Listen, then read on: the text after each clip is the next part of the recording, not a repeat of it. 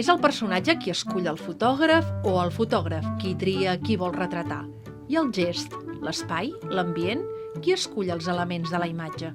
Per fer aquesta fotografia, Antoni Bernat va haver de recórrer en taxi tota la ciutat de Barcelona. Joan Brossa volia aparèixer amb 3 barrets que representaven els diferents poders i els havia de buscar per tota la ciutat.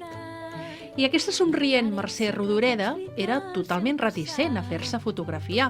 De fet, va acabar molt enfadada després de la sessió, tot i que finalment es va reconciliar i va crear certa amistat amb Bernat. Salvador Dalí volia recordar la pietat de Miquel Àngel. Fins i tot es va fer amb un vestit que per a ell simulava el d'una mare de Déu. La relació entre el pintor i el fotògraf va ser molt estreta. I mirin aquests ulls, la mirada transparent de Joan Miró en un moment trist de la seva vida perquè una malaltia el privava de pintar. Aquestes són només 4 de les 30 obres del reputat fotògraf Antoni Bernat que s'exposen al portal del Pardo i són part del projecte Catalans Retrats. Nascut a Barcelona l'any 1944, Bernat va estudiar Belles Arts. Al 67 es va instal·lar a París, on va començar a treballar com a fotògraf de moda per a revistes com Elle, Vogue i més endavant per a Vanity Fair o Marie Claire.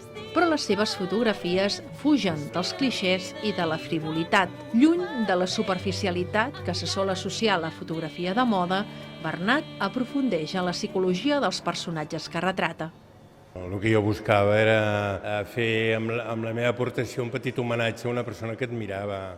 O sigui, mai vaig fotografiar gent que no m'agradés. Cada personatge reaccionava diferent, això és normal. Depèn de l'estat d'humor, del dia, com es llevava, o del concepte que ell tenia de fotogènia. Quasi sempre era gent que era molt fotografiada i potser tenien manies de em posaré així o així, o no faré cas del fotògraf.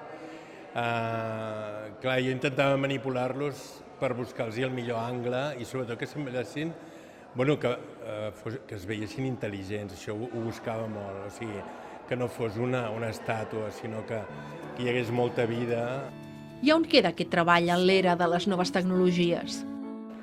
Clar, ara s'ha fet molt fàcil disparar, sobretot per al mòbil, no? Perquè jo mateix fa ara molt temps que no he agafat una càmera, vaig amb el mòbil i quan veig una cosa que em fa gràcia disparo. Però l'ull meu segur que és molt diferent d'un altre ull, perquè clar, porto una experiència de 50 anys. Si fas 3.000 fotos, n'hi ha una que és genial, també pot ser, després te les mires i dir, aquesta sembla que no l'hagi fet jo, però és genial, no? Perquè si vas a la tuntun i hi pot haver un altre sistema que sigui de mirar-t'hi molt i molt. Hi ha molts trucos, també marejar una mica la persona que fotografies és un molt bon truco. És a dir, fer-lo tornar boig és perfecte. Has d'intentar que aquella persona surti del seu paper, perquè clar, la gent sempre representem una comèdia. Aleshores, si tu veus una persona que té una actitud que a tu no t'agrada perquè imagines que dins seu hi ha tota una altra manera de ser, doncs has d'intentar treure-li amb 1.000 trucos i suposo que l'instint fa que hi arribis, que ho intueixis el que pots fer.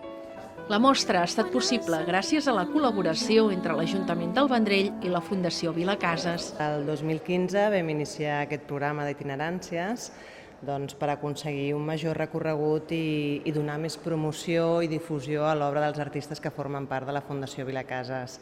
Aquí a l'Ajuntament del Vendrell ens van venir a veure que els interessava poder presentar una d'aquestes propostes i de seguida la fotografia i més aquesta exposició de l'Antoni Bernat que coincideix amb una altra gran retrospectiva que li dedicara al Palau Robert era un moment ideal per presentar aquestes 30 peces.